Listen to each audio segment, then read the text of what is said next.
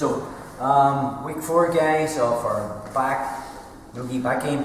So last time we were looking at entrances from top, and then we looked at butterfly guard last week, which was the arm drag. And this time they go from close guard, so you're on your knees, my man. So we're just trying to, give as many entrances as we can to the back. You'll find this mesocycle, the first half, is going to be really basic fundamentals, but high percentage. And then we're building on that underhook game that we've been playing all along. That's the main thing. So again, Matty's in my close guard. He has his butt is on his heels, and he's made this rib cage control. So it's very difficult for me to break his posture by pulling with my legs. Okay.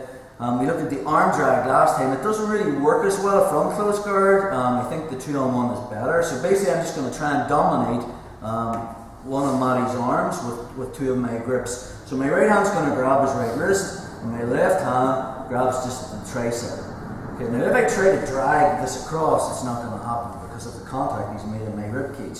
So the detail is, I lift my hips, and then I drop them. I lift and I drop. Now sometimes what happens is, it takes a couple of bumps, okay, to get this across. And all I want is to pull it across so his shoulder lands on my chest. So I bump, and I get to there. The second his shoulder lands on my chest, my right hand still has the grip, my left hand lets go of the tricep, and I grab his lat. Okay. Now from there, if I try to get to the back, and I don't make a block on his shoulder, what's going to happen is, as I come up on my elbow, he's just going to go back, and then we're back where we started again.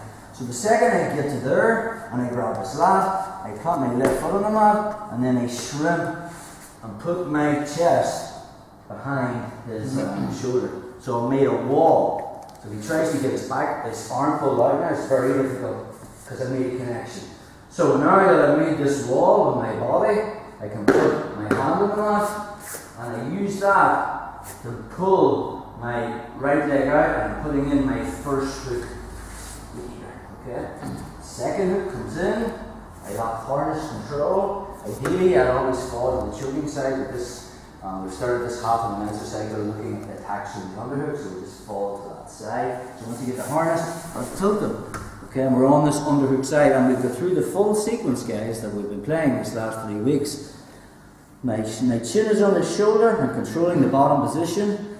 Okay, most likely, if he doesn't know jiu-jitsu, and I have my harness control like this, he'll just strip the top hand, and when he does, I have the choke.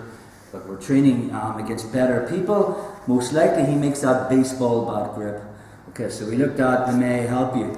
So from that position, I let go of my right hand with my left, and I'm grabbing his wrist, and then I'll go for the may I help you. So from that position, okay, as I come around, okay, my right hand comes around, I get my grip, okay, so from there, and all I want to do is I pull this in. Again, there's a wrist lock there.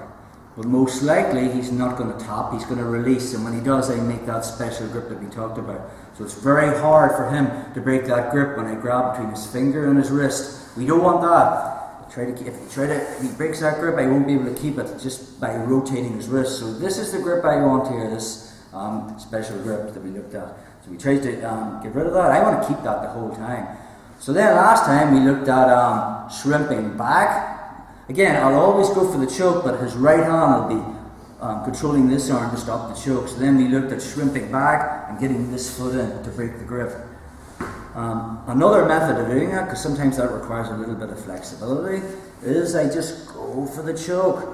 Matty's got one hand defending my hand, and it'll just become a battle of who can get the choke in first. So I really fake it as if I'm going for it. He's really pulling hard. And the second I feel that pressure pulling hard, I just let my arm go limp, and I just whack it straight out to the side like this. But I need that momentum. You need to sell this choke as if you're really trying to choke with one hand. When he's really pulling down, I just release my arm. Just keep your grip, bro. Because watch what happens. If I release my arm and Matty lets go, he's choked out. Okay? He has to keep that grip. So I fake the choke, he makes the grip. Most likely he's going to grip at the end of the lever, which is as far up the wrist as he can because he's more leverage. If he grips in the crook of my arm, I can still choke him out from there. So end of the lever is better. I fake this as if I'm really going for it, and when I release my hand here, keep your grip, bro, or you're going to get choked out, I just bring this over the top. And then I pull my arm out, and I wrap my foot behind his arse. And now from that position, 2 arms choked out, all he got is to defend. There's a tuck chin, tuck your chin, bro. And we'll look at working how to get under that. Okay? So let's go back to close guard. So most likely he's going to have his hands on the hips, which is a common way in no-gi to keep his posture, his rib cage control. I make a grip with my right hand on his right hand at the wrist, my left hand grabs the tricep. I'm going to drag his arm with a 2-on-1 this way. But because of the profile he has with his hands, I need to lift my hips. So I lift my hips and drop them, that's all I'm doing there. I'm raising my hips up, and as they fall, he's lost the contact with my body. And I drag it across. The second I drag it across, my left hand lets go of his tricep, and my right hand keeps control of the wrist, and I grab his lat. But if I let go and try to come up, he's going to pull his arm out, so I need to put a wall behind him here. So to do that, I plant my foot on the mat, and I shrimp out, and I get my chest and shoulder behind, my chest and sternum behind his shoulder. Now from there, he tries to pull his arm out, even if I can reach the wrist, he can't. So, I want this as a massive lever coming out, so I raise my hand all the way out to come up, and then from that position, I'm pulling my hook out and putting it in at this side here. Second hook comes in, I have harness control, and here to here, and I'll tilt them to the underhook side. So we're here. He makes his baseball bat grip. Okay? So from there, I grab the wrist, I rotate it so I can see my palm, I make the grip, and then I go for the may I help you. So I'm pulling this in. I'm turning his little finger towards his chest to put that wrist lock on. Either I'll tap him out or he will let go, and when he does, I make the grip. And I want to keep this the whole time. Now he's one hand stopping my hand. I fake the choke. I really want him pulling on this arm to stop me choking him out. And then I just relax my arm and just swing it straight out to my right. And I cover it with my leg.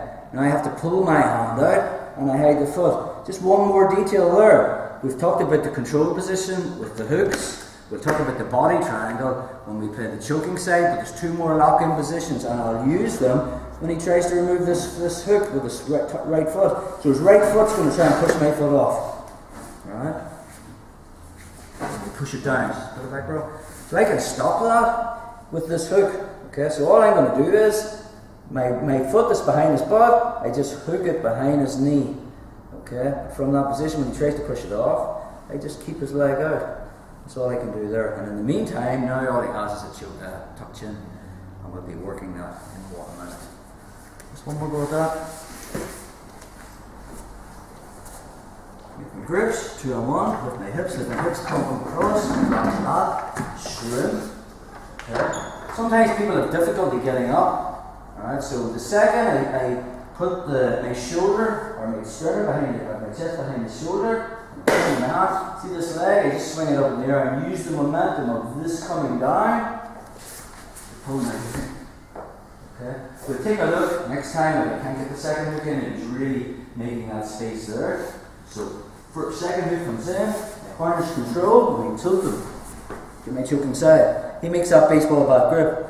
Okay, so I've grabbed his wrist, I turn my hand, may I help you?